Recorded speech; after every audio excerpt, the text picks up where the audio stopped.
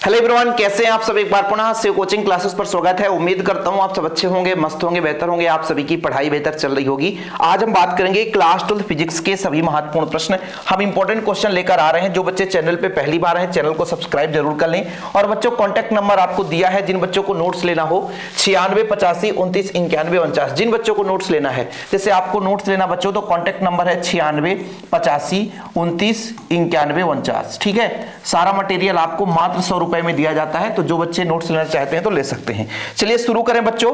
आज का जो पहला प्रश्न है हमारा, यहां पर देख सकते हैं कि तापीय न्यूट्रॉन किसे कहते हैं। अरे भैया चलो इसको हटा देते हैं। ठीक है, तापीय न्यूट्रॉन किसे कहते हैं। तापीय न्यूट्रॉन है क्या बच्चों? आप लोगों ने पढ़ा होगा नाभिकीय विखंडन। नाभिकीय विखंडन में क्या होता है कि भारी नाभिक पर न्यूट्रॉन की बमबारी की जाती है, तो बच्चों वो हल्के नाभिकों में टूट जाता है। फलस्वरूप ऊर्जा उत्पन्न होती है और साथ में न्यूट्रॉन भी उत्पन्न होता है। जब न्यूट्रॉन उत्पन्न होता है तो न्यूट्रॉन की ऊर्जा अधिक होती है। जब न्यूट्रॉन की ऊर्जा अधिक होती है तो उसे बोलते हैं बच्चों द्रुत न्यूट्रॉन बोलते हैं। लेकिन उसी को यदि मंदक के सापेक्ष रख दिया जाए, मंदक के कारण उसकी ऊर्जा कम हो जाती है, तो जो हमें न्यूट्रॉन मिलता है उसे हम बोलते हैं बच्चों क्या? तापीय न्यूट्रॉन बोलते हैं। क्या बोलते हैं? तापीय न्यूट्रॉन बोलते हैं। देखने को भले ही 2 नंबर का क्वेश्चन छोटा लगता है, लेकिन इंपॉर्टेंट है। कोई बच्चा मिस मत करेंगे, है ना। जितना भी हम क्लासेस देंगे हमारे चैनल पे प्लेलिस्ट में क्रम से मिलेगा, आपको मिस नहीं करना है, एक एक क्वेश्चन तैयार करना है। तो पहला जो प्रश्न आज का है बच्चों, तापीय न्यूट्रॉन, वो चीज क्लियर हो गया आपका कि जब भी नाभिकीय विखंडन होता है तो नाभिकीय विखंडन से क्या होता है बच्चों? भारी नाभिक टूटता है, हल्के नाभिकों में परिवर्तित होता है, साथ में न्यूट्रॉन भी उत्पन्न होती है और ऊर्जा भी अत्यधिक मात्रा में उत्पन्न होता है। जब बच्चों न्यूट्रॉन होता है उसकी ऊर्जा बहुत अधिक होती है, लेकिन वो जैसे ही मंदक के सामने आता है या मंदक के कारण उसकी ऊर्जा कम हो जाती है, तो जो हमें न्यूट्रॉन प्राप्त होता है उसे हम तापीय न्यूट्रॉन कहते हैं। चलिए अगले प्रश्न पर चलते हैं बच्चों। प्रकाश की फोटॉन की प्रकृति क्या होता है, स्पष्ट कीजिए। जैसे आप लोग देख पा रहे हैं प्रकाश का मतलब भाई सूर्य की किरण आ रही हो, प्रकाश ही कहलाता है। सनलाइट है बच्चों। इसके साथ साथ आप अपने आसपास जैसे बिजली है ना, उससे भी लाइट उत्पन्न, वो भी प्रकाश है। तो प्रकाश की प्रकृति कैसी होती है, तो आप समझो। प्रकाश की प्रकृति जो बच्चों छोटे छोटे बंडल के रूप में, ये ऐसे छोटे छोटे बंडल के रूप में होते हैं। अब ये बंडल का जो समूह है उसे बोला गया फोटॉन। क्या बोला गया? फोटॉन। क्या बोला गया बच्चों? फोटॉन। ठीक है, तो इसी फोटॉन की परिभाषा पूछी गई है। फोटॉन से आप क्या समझते हैं? जिसकी ऊर्जा बच्चों प्लांक के आधार पर E बराबर h न्यू होता है। जहां h क्या है? h आपका प्लांक नियतांक है। जहां h क्या है? प्लांक नियतांक है। जहां h प्लांक नियतांक है बच्चों, और आपका जो न्यू है, वो न्यू जो है बच्चों वो आवृत्ति है। आवृत्ति का मतलब है 1 सेकंड में कितने बार कंपन कर रहा है। जैसे प्रकाश किरण तरंग के रूप में कुछ इस प्रकार से चल रही है बच्चों, तो इकाई समय में 1 सेकंड में कितने बार ये कंपन करता है, कितने बार ये कंपन करता है बच्चों? कंपन की संख्या। क्या बच्चों? कंपन की संख्या। इकाई समय में कितने बार कंपन कर रहा है, इसकी जो संख्या है वो कहलाती है बच्चों आवृत्ति। ठीक है, तो इसका जो फार्मूला है E बराबर h न्यू, जहां h प्लांक नियतांक। आपको बताना है कि h प्लांक नियतांक इसका मान कितना होता है। कमेंट बॉक्स में यदि कोई बच्चा बता सके तो बताएगा। ठीक है, E बराबर h न्यू है। यहां पे बच्चों E बराबर h न्यू है। क्या है? h न्यू है, भी नहीं है ना, ये न्यू है बच्चों, न्यू। ठीक है, ये न्यू है। ओके, कोई दिक्कत तो नहीं है। तो प्रकाश की ऊर्जा छोटे छोटे बंडलों से मिलकर बना होता है, जिन्हें हम क्या बोलते हैं बच्चों? प्रत्येक बंडल को क्वांटा या फोटॉन कहते हैं। प्रत्येक फोटॉन की एक निश्चित ऊर्जा होती है, जिसे समीकरण E बराबर h न्यू से व्यक्त किया जाता है। 2 नंबर में क्वेश्चन आएगा, इतना ही करना है, एक्स्ट्रा ज्यादा आगे कुछ नहीं सोचना। ठीक है, अगला क्वेश्चन।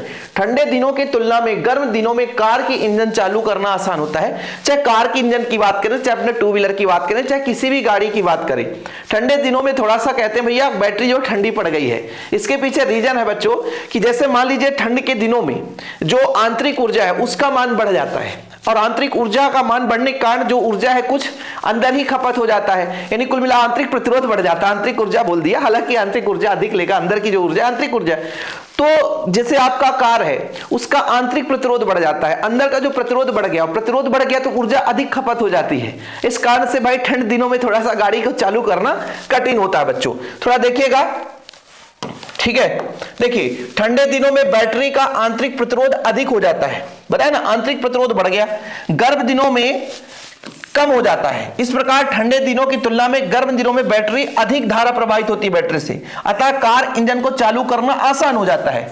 और यही कारण है ठंडे दिनों की तुलना में गर्म दिनों में कार इंजन चालू करना आसान होता है। कहने का तात्पर्य क्या हुआ कि जैसे ही ठंडी आती है तो बैटरी का आंतरिक प्रतिरोध बढ़ गया, आंतरिक प्रतिरोध बढ़ गया मतलब ऊर्जा की मान कम हो गई।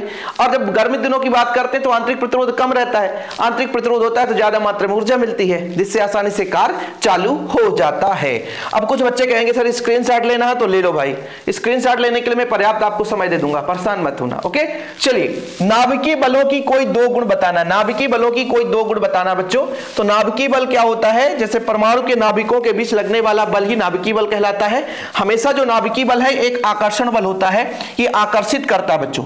नाभिकीय बल जो होता है वो आकर्षण बल है, हमेशा आकर्षित करता है और अत्यंत तीव्र होता है, तभी तो परमाणु एक दूसरे से बहुत ज्यादा पास पास जुड़े रहते हैं। और देखते हैं बच्चों की कोई भी परमाणु है, मतलब जैसे आप पानी में ही देख लीजिए, परमाणु आपस में जुड़े हुए हैं। दुनिया का कोई भी पदार्थ देख लो, परमाणु के नाभिकों के बीच इतना आकर्षण बल प्रबल है कि एक दूसरे के पास में जुड़े रहते हैं, इसलिए इसे बोला जाता है नाभिकीय बल जो होता है वो प्रबल होता है और हमेशा ये आकर्षण बल होता है।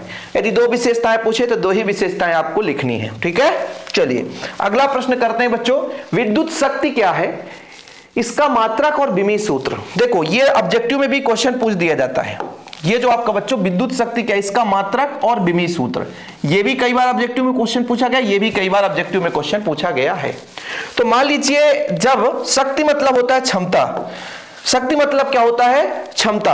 जैसे किसी विद्युत परिपथ में ऊर्जा का स्थानांतरण हो रहा है, या तो मान लीजिए ऊर्जा की खपत हो रही है, तो समय के साथ कितना ऊर्जा स्थानांतरित हो रहा है उसकी शक्ति या क्षमता या पावर कहलाता है। या कि समय के साथ कितना एनर्जी लॉस हो रहा है, खपत हो रहा है, वो उसकी ऊर्जा या शक्ति कहलाती है बच्चों, ठीक है। तो देख लीजिए किसी विद्युत परिपथ में जिस दर से विद्युत ऊर्जा स्थानांतरित होता है उसे विद्युत शक्ति, इलेक्ट्रिक पावर कहते हैं। शक्ति का जो मात्रक है बच्चों वाट है, ठीक है, या जूल प्रति सेकंड, या जूल प्रति सेकंड, दोनों आप लोगों को याद रखना है। कभी कभी वाट दे देता है, ऑप्शन में ना रहेगा जूल प्रति सेकंड, तो भी आपका नंबर नहीं कटेगा। यदि इसके हम विद्युत शक्ति का यदि फार्मूला देखें बच्चों, पावर जो होता है वो आपका विभवांतर है, कितना धारा बह रहा है इसके मल्टीपल के बराबर होता है, ठीक है। ये आपका जो पावर है V गुणे I के बराबर होता है। और बच्चों इसका विमीय सूत्र तो m L का पावर -1 और T का पावर -2, ठीक, ये लो, ठीक है। तो समय के साथ कितना ऊर्जा स्थानांतरित हो रहा है, कितना ऊर्जा खपत हो रहा है, वो उसकी बच्चों शक्ति कहलाती है। समय के साथ कितना ऊर्जा व्यय हो रहा है, ठीक है। कोई दिक्कत तो नहीं है विद्युत शक्ति की परिभाषा। चलिए अभी हम लंबे लंबे क्वेश्चन पे भी चलेंगे। अब देखो भाई, विशिष्ट प्रतिरोध और प्रतिरोध में अंतर बताओ। प्रतिरोध क्या कहलाता है, किसी भी चालक तार के द्वारा परिपथ में डाला गया अवरोध आपका क्या कहलाता है बच्चों, प्रतिरोध कहलाता है। लेकिन विशिष्ट प्रतिरोध की परिभाषा ऐसे नहीं दे सकते हैं। देखो चालक तार का जो प्रतिरोध है वो बच्चों क्षेत्रफल के अनुक्रमानुपाती होता है और लंबाई के व्युत्क्रमानुपाती होता है। जब आर बराबर करते हैं तो समानुपाती हटाएंगे, तो समानुपाती हटाएंगे तो एक रो नियतांक लग जाएगा, ठीक है बच्चों, जिसे हम विशिष्ट प्रतिरोध कहते हैं। तो रो बराबर हो जाएगा आपका आर ए, भैया ये कहां गया पक्षांतर करने पर, चलो चलो चलो गड़बड़ हो गया है ना। गड़बड़ ये हुआ कि सर आपने यहां से ही गड़बड़ कर दिया था। क्या गड़बड़ हो गया, जो प्रतिरोध होता है वो लंबाई के समानुपाती और क्षेत्रफल के व्युत्क्रमानुपाती होता है। लंबाई के समानुपाती, क्षेत्रफल के व्युत्क्रमानुपाती होता है। आप समानुपाती हटाएंगे तो एक नियतांक लग जाएगा बच्चों, तो यहां से आ जाएगा रो बराबर आर ए अपान एल। क्या हो जाएगा बच्चों, आर ए अपान एल। जी हाँ बच्चों, यही आपका विशिष्ट प्रतिरोध का फार्मूला होता है, ठीक है। विशिष्ट प्रतिरोध का फार्मूला या प्रतिरोधकता होता है। अब जैसे मान लीजिए लंबाई 1 रख दें, क्षेत्रफल का मान 1 रख दें, तो आर का मान ही रो के बराबर हो जाएगा, आर का मान ही रो के बराबर हो जाएगा। तो यहां से आपका विशिष्ट प्रतिरोध या प्रतिरोधकता का परिभाषा निकल कर आ जाएगा कि किसी पदार्थ के प्रति एकांक अनुप्रस्थ काट और एकांक लंबाई, ये एकांक लंबाई है ना, के प्रतिरोध को उसका हम विशिष्ट प्रतिरोध कहते हैं। कुछ समझ में आया? ये सारा चीज आपको समझ में नहीं आ रहा होगा, थोड़ा सा एक बार फिर से क्लियर कर देते हैं। देखो भाई, किसी भी चालक तार का प्रतिरोध जो होता है, ठीक है, नीचे भाई मिटता नहीं दिखने में, बाकी वो मिट जाएगा। ये देखो, किसी चालक तार का जो प्रतिरोध है बच्चों, किसी चालक तार का प्रतिरोध है वो लंबाई के समानुपाती और क्षेत्रफल के व्युत्क्रमानुपाती होता है। दोनों को जब मिलाते हैं तो L अपान A हो जाता है। समानुपाती हटाते हैं बच्चों तो रो एक नियतांक लग जाता है, और यहां से आप रो बराबर निकाल दोगे आर ए अपान एल। क्या बच्चों, आर ए अपान एल।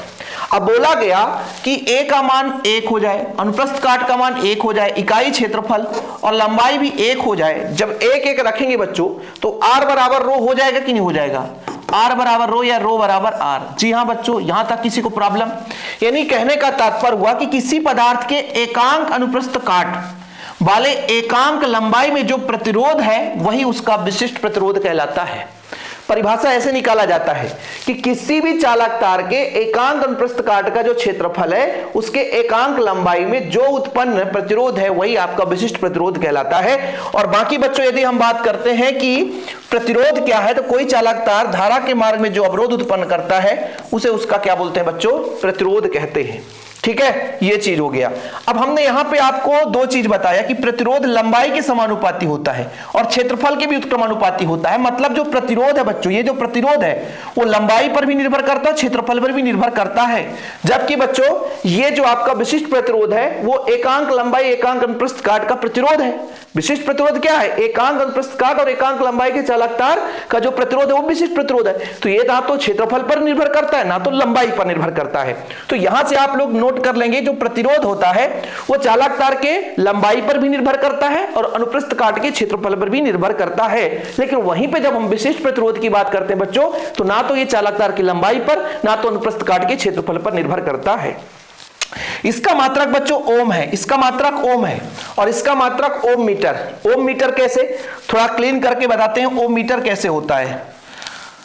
इसको थोड़ा बढ़ाते हैं और फिर क्लीन करते हैं ओम मीटर कैसे होता है बच्चों। ठीक है, चलो देखो ओम मीटर कैसे होता है। अब आपने समझा कि R बराबर सर रो L अपान A निकाला, तो यहां से रो बराबर हो जाएगा RA अपान L। ठीक है, अब यहां से आप लोग बताओ कि भाई R का जो मात्रक है वो ओम है। R का मात्रक कितना बच्चों? ओम है। क्षेत्रफल का क्या होता है? मीटर का स्क्वायर। क्या होता है बच्चों? मीटर का स्क्वायर। डिवाइड बाय लंबाई का होता है बच्चों मीटर। ठीक है, अब आप ही बताओ कि मीटर से मीटर क्या हो गया? कट गया। 1 मीटर से 1 मीटर कट गया, तो बचा कितना? बचा आपका ओम मीटर। क्या बचा बच्चों? ओम मीटर बचा। देखो ओम मीटर बचा, लिख लिए ना, ओम मीटर। ठीक, ये चीज हो गया बच्चों इसमें अंतर, जो कि काफी महत्वपूर्ण था और उम्मीद करता हूं कि आप लोग तो भाई चीजें क्लियर कर लिए होंगे। अब आ रहा है प्रकाश के उत्क्रमणीयता का सिद्धांत। This is a very very very important question और भाई आप लोग अच्छे से तैयार कर लेना यार, बहुत बढ़िया क्वेश्चन है। ठीक है, प्रकाश के उत्क्रमणीयता का सिद्धांत क्या है समझाइए। मैं थोड़ा सा आपको बता दूं कि जैसे मान लीजिए प्रकाश कण एक माध्यम से दूसरे माध्यम में जा रही है, यदि हम उसका माध्यम उलट दें तो फिर से वो अपने जिस मार्ग से आया है उसी मार्ग से वो लौट जाएगा। यानी एक ऐसा माध्यम रख दें जिससे प्रकाश टकरा करके पुनः उसी माध्यम में लौट जाए, तो ये परिघटना उत्क्रमणीयता का सिद्धांत कहलाता है। देखो, जब कोई प्रकाश कण एक माध्यम से दूसरे माध्यम में प्रवेश करती है और उसके मार्ग को उलट दें तो जिस मार्ग से प्रवेश करती है वो उसी मार्ग से वापस लौट जाए, तो इसे प्रकाश की उत्क्रमणीयता का सिद्धांत कहते हैं। बोलो सर कैसे? चलो डायग्राम बनाते हैं और डायग्राम में समझते हैं। यहां पे बच्चों हम बता रहे हैं कि ये आपका वायु है। क्या है? वायु है और वायु से जा रहा है कांच में। क्या? कांच में। तो वायु को हम बोलेंगे एयर और कांच को बच्चों हम W से रिप्रेजेंट करते हैं, वाच है ना। चलिए कांच कर दें, वाटर कर दें, कांच को ग्लास से करेंगे ना, ये वाटर W है ना। तो इसको थोड़ा सा सर आप इसको साफ कर दीजिए और इसको ग्लास कर दीजिए, है ना। चाहे ग्लास कर दो चाहे बच्चों ये ग्लास। ठीक है, अब प्रकाश किरण कुछ इस प्रकार से जाएगी। मान लीजिए प्रकाश किरण यहां से गई बच्चों और ये मान लीजिए अभिलंब की ओर झुक गई। क्यों? क्योंकि ये आपतन कोण है और ये अपवर्तन कोण है। जब वायु विरल है, कांच सघन है, तो विरल से सघन में प्रकाश किरण जाती तो अभिलंब की ओर झुकती है। ठीक है बच्चों, अब समझिएगा, हम यहां पर एक दर्पण रख दें। क्या रख दें बच्चों? दर्पण। तो प्रकाश किरण यहां से आई थी, फिर से वो रिवर्स हो जाएगी, फिर से वो रिवर्स टकराएगी और टकराने के बाद फिर से वो रिवर्स हो जाएगी। देखिए, जब प्रकाश किरण वायु से कांच में जा रहा था तो स्नेल का नियम क्या हो कहता है बच्चों? Sine I upon sine R. ये म्यू बराबर होता है ना, तो स्नेल के नियम से हो जाएगा sine I upon sine R हो जाएगा। ठीक है, लेकिन जब इसका माध्यम उलट दिया गया, मतलब अब कांच से फिर प्रकाश किरण एयर में जा रही है, तो G बराबर कितना हो जाएगा? G म्यू ए बराबर, इस बार आपतन कोण, भाई इस बार उल्टा हो रहा है ना, तो इस बार आपतन कोण R कहलाएगा, तो इस बार हो जाएगा साइन आर बटा साइन आई, दोनों को गुणा कर दें बच्चों तो ए mu G into G mu A बराबर कितना होगा, एक आपका है साइन आई बटा साइन आर और एक आपका है साइन आर बटा साइन आई, है ना, गुणा किए, बाकी पूरा का पूरा कट जा रहा है, तो ये आ गया ए mu G into G mu A बराबर 1, या आप ऐसा भी लिख सकते हैं ए म्यू जी बराबर 1 बटा जी म्यू ए। ठीक है, ये उत्क्रमणीयता का सिद्धांत है, हमने इसको शॉर्टकट में समझा दिया है। चाहो तो बड़ा लंबा समय लगेगा, इसमें समय लंबा लगेगा, यदि हम इसको समझाना चाहें बड़ा लंबा समय लगेगा, पूरा माना लिखो ये सब चीज। इसलिए तो कहता हूं बच्चों कि नोट्स लेना बहुत जरूरी है, जिन बच्चों को जरूरत हो नोट्स जरूर ले लें। अब हमारा जो अगला टॉपिक आ रहा है समविभव पृष्ठ से आ रहा है। समविभव पृष्ठ किसे कहते हैं, है ना, इसके गुण को लिखिए। देखिए लगातार हम इतने क्लासेस लेंगे कि क्वेश्चन रिपीट होते रहेंगे, जितने बार क्वेश्चन रिपीट होंगे उतना आपके मन में वो फीड होता जाएगा और आपका तैयार भी हो जाएगा, भाई बोर्ड एग्जाम में बढ़िया टापो टाप लिखोगे। समविभव पृष्ठ एक ऐसा पृष्ठ है जिसके प्रत्येक बिंदु पर विभव क्या हो, समान हो, प्रत्येक बिंदु पर विभव क्या हो, समान हो, वो आपका समविभव पृष्ठ कहलाता है। यहां से जो चुंबकीय क्षेत्र विद्युत क्षेत्र रेखाएं हमेशा 90 डिग्री पर निकलती हैं, यानी 90 डिग्री पर लंबवत बाहर की ओर। जितने भी विद्युत क्षेत्र रेखाएं निकलेंगी पृष्ठ से वो हमेशा लंबवत रहेंगी बच्चों, और सभी बिंदु पर विभव समान है, इसलिए एक बिंदु से दूसरे बिंदु तक जाते हैं तो किसी प्रकार से कोई कार्य नहीं करना पड़ता। यही सारे गुण हैं। तो देखो एक ऐसा पृष्ठ जिसके प्रत्येक बिंदु पर विभव समान रहता है बच्चों, समविभव पृष्ठ कहलाता है। ठीक है, प्रत्येक बिंदु पर विभव समान रहेगा, पहला गुण है। एकांक धनावेश को पृष्ठ के एक बिंदु से दूसरे बिंदु तक ले जाएं, कोई कार्य नहीं करना पड़ेगा। विद्युत बल रेखाएं समविभव पृष्ठ के लंबवत होती 90 डिग्री, और दो समविभव पृष्ठ एक दूसरे को कभी नहीं काटते। भैया 3 नंबर का क्वेश्चन आपका तैयार हो गया, 3 नंबर का क्वेश्चन इतने में तैयार हो गया। चित्र बनाना होगा तो बना लेना। समविभव पृष्ठ कैसा पृष्ठ है, जैसा कि यहां पे मान लीजिए कोई पेज ऐड हो जाए तो पेज मैं ऐड कर दिया, चलो ठीक है देखते हैं। समविभव पृष्ठ का मतलब यह है बच्चों कि एक ऐसा पृष्ठ जिसके प्रत्येक बिंदु पर विभव, जैसे यहां पर सेंटर हो गया, यहां पर एक बिंदु ए है बच्चों, यहां पर एक बिंदु बी है, फिर यहां पर आपका सी है, फिर आपका डी है। यदि मान लीजिए यहां पर जो विभव भी ए है और यहां पर जो विभव भी बी है, लेकिन ये दोनों बच्चों बराबर होंगे क्योंकि प्रत्येक बिंदु पर विभव समान होता है। अब यहां से यहां तक किया गया कार्य क्या होगा बच्चों, शून्य होगा, क्योंकि जब बराबर होगा डिफरेंस निकालेंगे तो यहां भी जो कार्य होगा यहां भी जो कार्य होगा, यानी जो WA है और WB डिफरेंस निकालेंगे कार्य तो दोनों बराबर होंगे तो 0 आ जाएगा। और यहां से जो ये आपके विद्युत क्षेत्र रेखाएं निकलेंगी बच्चों हमेशा पृष्ठ से 90 डिग्री पर निकलती हैं, और एक समविभव पृष्ठ दूसरे समविभव पृष्ठ को कभी नहीं काट सकता, क्योंकि यहां से मान लीजिए आपका एक लंबवत ऐसा मान लेते हैं, ऐसा लंबवत मान लेते हैं, तो एक ही बिंदु पर इसकी 2 दिशाएं निकल आएगी। जैसे आपने देखा ना कि विद्युत क्षेत्र रेखाएं एक दूसरे को कभी नहीं काटती हैं, क्योंकि विद्युत क्षेत्र रेखा एक दूसरे को काट देगी तो एक ही बिंदु पर 2 स्पर्श रेखाएं आएंगी और 2 परिणामी दिशा आएगी, तो ये संभव नहीं है बच्चों। ठीक है, कोई बात नहीं। कहां पे चल रहे थे हम, समविभव पृष्ठ पर चल रहे थे, कोई बात नहीं भैया, अगले पर चलते हैं। अगला जो हमारा प्रश्न है पूर्ण आंतरिक परिवर्तन। ठीक है, पूर्ण आंतरिक परिवर्तन very very very very important question है। देखो इसको भी थोड़ा समय लूंगा और इसको भी बढ़िया थोड़ा आपको समझाऊंगा डायग्राम के माध्यम से। यहां पे हम 3 चित्र बनाते हैं। ठीक है सर, 3 चित्र क्यों बना रहे हो, देखो मजा आएगा, कोई दिक्कत नहीं है। अब हम ये कह रहे हैं कि इधर सघन है और इधर बच्चों आपका विरल है। क्या है, विरल है। ठीक है, ध्यान रखिएगा, सभी में वही कंडीशन है। अब प्रकाश किरण यहां से जा रही थी, जैसे विरल माध्यम आता तो अभिलंब से दूर हट गई। ठीक है, अभिलंब से क्या हो गई, दूर हट गई। तो ये आपका अपवर्तन हुआ कि प्रकाश किरण सघन माध्यम से विरल माध्यम में जा रही थी तो अभिलंब से दूर हट गई। ठीक है सर, अगले स्टेप में थोड़ा सा और मान हमने बढ़ाया, थोड़ा सा और मान बढ़ा दिया। अब इस स्थिति में प्रकाश किरण अभिलंब से इतनी दूर गई कि अभिलंब के साथ 90 डिग्री कोण बना ली। इस स्थिति में आपतन कोण को हम बोलते हैं क्रांतिक कोण। क्या बोलते हैं बच्चों, क्रांतिक कोण। यानी प्रकाश किरण सघन माध्यम से विरल माध्यम में जा रही तो अभिलंब से दूर हट रही। ठीक है सर, अभिलंब से दूर हट रही प्रकाश किरण, अभिलंब से दूर हटती है और फिर हम आपतन कोण के मान को और थोड़ा सा बढ़ा दिए तो जो अपवर्तित कोण है वो 90 डिग्री बन गया। ठीक सर, अपवर्तित कोण 90 डिग्री बन गया। और यदि फिर आपतन कोण को और बढ़ा दें, यानी आई का मान IC से ज्यादा कर दें, तो प्रकाश किरण पुनः उसी माध्यम में वापस लौट आती है। मतलब इस बार अपवर्तित नहीं हुई बल्कि पुनः उसी माध्यम में वापस आ गई है। यह परिघटना प्रकाश का पूर्ण आंतरिक परिवर्तन कहलाता है। देखो बच्चों, मैंने ये कहा जब प्रकाश किरण सघन से विरल में जाती तो अविलंब से दूर हटती है। एक ऐसी स्थिति आती है आपतन कोण के मान को बढ़ाते जाए एक ऐसा स्थिति आता है कि अपवर्तित कोण का मान यानी अपवर्तन कोण 90 डिग्री हो जाए। उस कोण को हम क्या बोलते हैं? क्रांतिक कोण। और जब क्रांतिक कोण से भी आपतन कोण का मान बढ़ा दिया जाए तो प्रकाश किरण पुनः अपने उसी मार्ग पर वापस आ जाती है, अपवर्तित नहीं होती। इसे बोलते हैं पूर्ण आंतरिक परावर्तन। क्या बोलते हैं बच्चों? पूर्ण आंतरिक परावर्तन। देख लो कि जब कोई प्रकाश किरण सघन माध्यम से विरल माध्यम में प्रवेश करती है तो जब आपतन कोण का मान क्रांतिक कोण से अधिक हो जाता, बोला ना कि कोण बढ़ाते जाए एक ऐसी स्थिति आती है कि आपतन कोण का मान क्रांतिक कोण से अधिक हो जाए। जब अधिक हो जाए तो प्रकाश किरण दूसरे माध्यम में न जाकर उसी माध्यम में वापस आ जाती है। यह पूर्ण आंतरिक परावर्तन कहलाता है। इसलिए कहता हूं बच्चों कि नोट्स में, ये नोट्स पर्सनल नंबर है मेरा, सारा चीज नोट्स में रहता है, ठीक है। शर्तें क्या है? प्रकाश किरण को सघन माध्यम से विरल माध्यम में जाना चाहिए, यानी सघन से विरल में जाए तभी हो सकता है। यदि विरल से सघन कर दोगे तो उल्टा हो जाएगा। आपतन कोण के मान को क्रांतिक कोण के मान से अधिक हो। जैसा भैया अभी आप देखो, ये जो आपतन कोण, ये जो आपतन कोण का मान है, आई का मान आईसी से अधिक होना चाहिए। प्रकाश किरण सघन से विरल में जाना चाहिए, तभी आपका नियम सही होगा। बाकी स्क्रीनशॉट जिनको लेना है तो ले सकते हैं। हम आगे चलते हैं आज के अंतिम प्रश्न पर। विद्युत क्षेत्र रेखा किसे कहते हैं? गुण लिखिए। हाँ भैया, विद्युत क्षेत्र रेखा किसे कहते हैं? भैया एक काल्पनिक वक्र है, यहां पे प्लस कर दिया और यहां पे माइनस कर दिया। एक काल्पनिक वक्र है, एक काल्पनिक वक्र है, एक काल्पनिक वक्र है जहां एकांक धनावेश गमन कर सकता है बच्चों, वो आपका विद्युत क्षेत्र रेखा कहलाता है।